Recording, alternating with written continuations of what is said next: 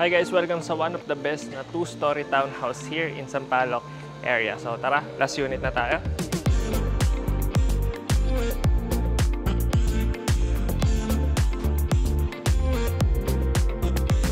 From your main gate, meron tayong 4 meters na frontage. So total lot area natin is 60 square meters. Kasyang-kasya ang SUV, high ceiling na rin tayo, sabay may PVC paneling sa ating ceiling. And nandito na rin yung panel board natin. May isa tayong faucet dyan. And elevated from street level yung pinaka-garahe natin. Sabay we have a large setup window here. And then ito yung pinaka-main door natin, made of steel. And from your main door is your main living space, your living area. Dito sa living area natin, una mo mapapansin is yung ating modern ceiling. Meron tayo dito drop ceiling design, modern ceiling lamp, pin lights dito sa 4 na sulok, and dito yung inyong magiging media wall on this side. Dito perfect na perfect if maglalagay ka dito ng L-shape na sofa set, sabay coffee table sa gitna, and underneath our staircase is meron tayong extra storage space pero makalat pa. And then this is our staircase pocket sa ating second floor. So dalawang floor lang to, pero if ever pwede mo tong gawing 3 floor. So naka-ready yung design nito para sa 3 floor.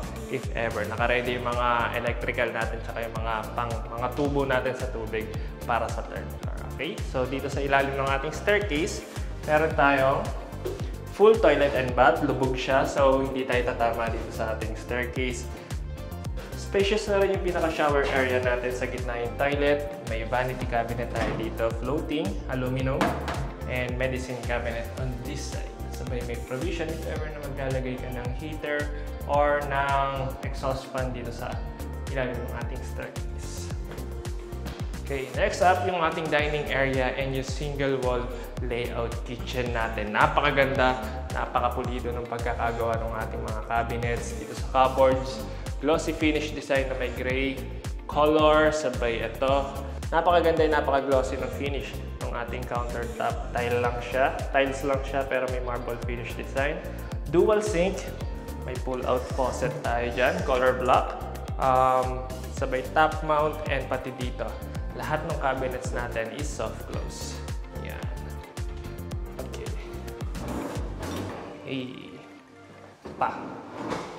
Okay, so dito sa dining area natin tsaka sa kitchen, same dun sa ating living area, meron tayong drop ceiling design and may drop lights tayo dito sa gitna. Dito yung ating magiging 4 to 6 seater na dining table set on this side. Ito yung ating spot para sa ating fridge.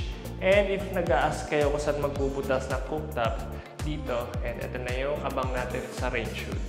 Sabay here, we have a door which leads you to your service area, your air well, and your fire escape. So, partially covered yung area na to. Dito, covered yan. Dito magiging spot ng ating washing machine. Sabay, if ever, dito na rin yung inyong magiging dirty kitchen. Sabay, lahat is may provision para sa water tank and water pump. Yung tanke natin, for sure, sa ibabaw na ito ilalagay. Okay? So, isa sa pinaka-nagustuhan ko dito sa property na to and sa developer na to is napakapulido ng pagkakagawa nila. Sa pader pa lang, yung finish ng mga gilid-gilid natin, sa tiles, pati itong mga cornering natin. Pulido. Wala kang makikita dito ng bakas na minadali yung pagkakagawa nito. Solid 10 yung pinaka-overall na build quality na itong property na to. Nakawakit na tayo sa second floor natin. Tara!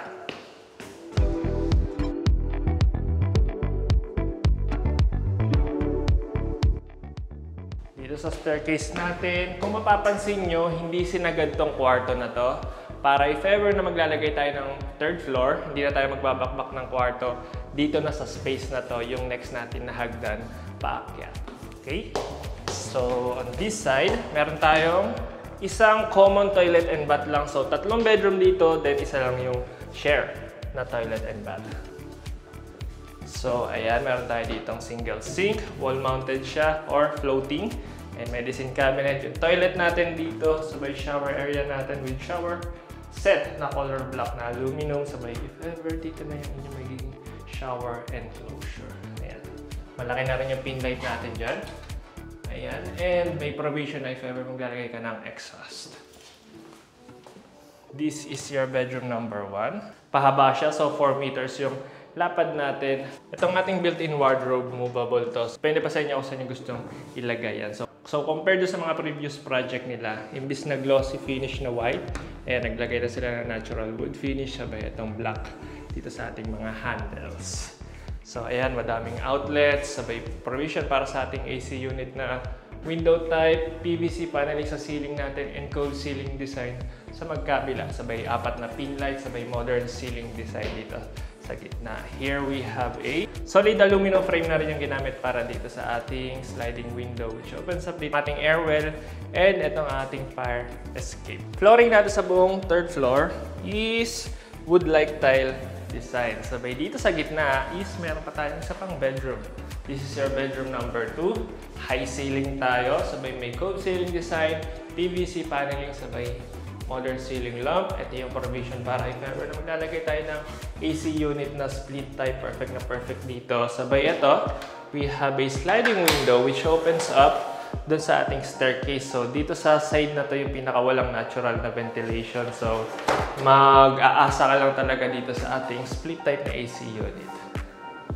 Okay, pero maluwag compared sa iba since 60 square meters tong property natin compared sa mga nakaraan natin project na 50 square meters lang. Okay.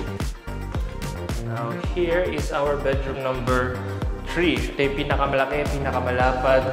Meron tayong dalawang owning window. Ayan, 4 pala. Sabay fix yung nasa ibabaw.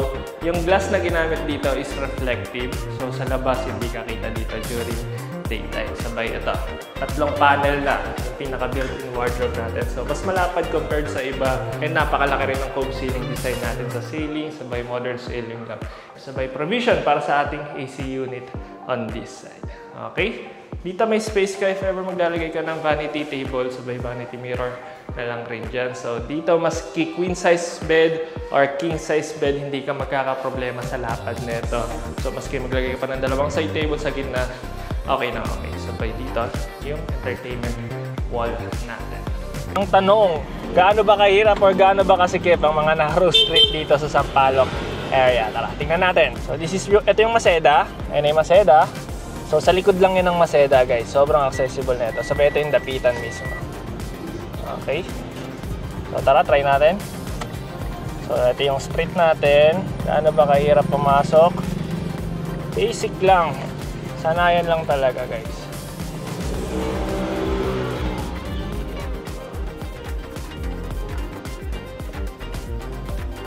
Okay. Sanayan lang. Medyo mali pa nga pasok ko doon since hindi palubo. Kailangan babelta ka rin ng konti ba na. So additional technique. Tiklop mo yung side mirror mo. Ayan. Okay. Maluwag pa rin siya. Kasyang-kasya ang SUV Montero to. Huwag ka lang may masasalubong. May atras at atras. Lalo na kung walang space dito. So yung street natin ito, yung isang side is dedicated parking yan eh. So isa lang talaga yung nadadaanan. Ang maganda doon is sa side natin yung townhouse eh. So if ever may 4 meters ka na frontage sa harap, pwede ka mag-park ng sedan doon sa harap or maski hatchback. Hindi magkakaproblema. Pero usually talaga wala nang nagpa-park doon sa harap ng property para mas easy access yung mga katabing unit. So dito itatayo yung property natin. Ayan. So matatapos yan this June. Okay? So tulad nyan, meron tayong kasunod sa likod ng motor. So hindi ka masyado pwedeng huminto. Ayan si kuya. So hindi ka pwedeng huminto. So ayan. May pinto rin tayo dyan sa harap eh. So dito muna tayo magpa-park. Okay? So medyo secured rin tayo since meron tayong gate sa harap. Sinasara yan paggabi pati yung nasa likod. Pero may tao naman dyan so pwede mo buksan. So may nagbubukas sa inyo dyan. So sobrang lapit niya sa sakayan. So sa kabilang kanto mo lang is yung dapitan. Sa kabila naman is Launlaan. So pag dito ka naman sa kabilang side, pangatlong kanto Espanya naman. So hindi ka mahirapan ng access sa public transport if ever. So yan, lapit lang rin ito sa UST. Siguro around 3 minutes. So around 5 minutes siguro. Yung condo na yun, UST na yun. Gilid yun ng UST, sa Lacson yan. So ayan. Sa dulo na ito na yung gate ng P. Margal or P. Florentina ng UST. Ito naman yung Maseda, guys. So easy access. And yung Welcome Rotonda or yung Sun Residence. Sabay sa likod na ito, Maseda. Sa Pasay na maraming chibugan. Nandun yung Egois, Paluto, iba't ibang cuisine doon guys. May Japanese, may Korean, may Filipino. Perfect na perfect. So yun talaga yung pinaka napansin ko dito is yung pulido, bawat sulok, bawat kanto, yung pader, yung craftsmanship, perfect na perfect. Wala kang magiging problema, wala kang magiging reklamo dito sa finish ng property natin. So best in build quality, 2-story townhouse, and if gusto mong ma-view itong unit na to, you can send us a message on our Facebook page at Right House TV or dito sa contact number namin. Okay, so yung full details nito is nasa baba doon sa description box natin. My name is Jello. Click nyo itong iba pa namin video. So that's it. Thank you for watching. See you in the next one. Bye!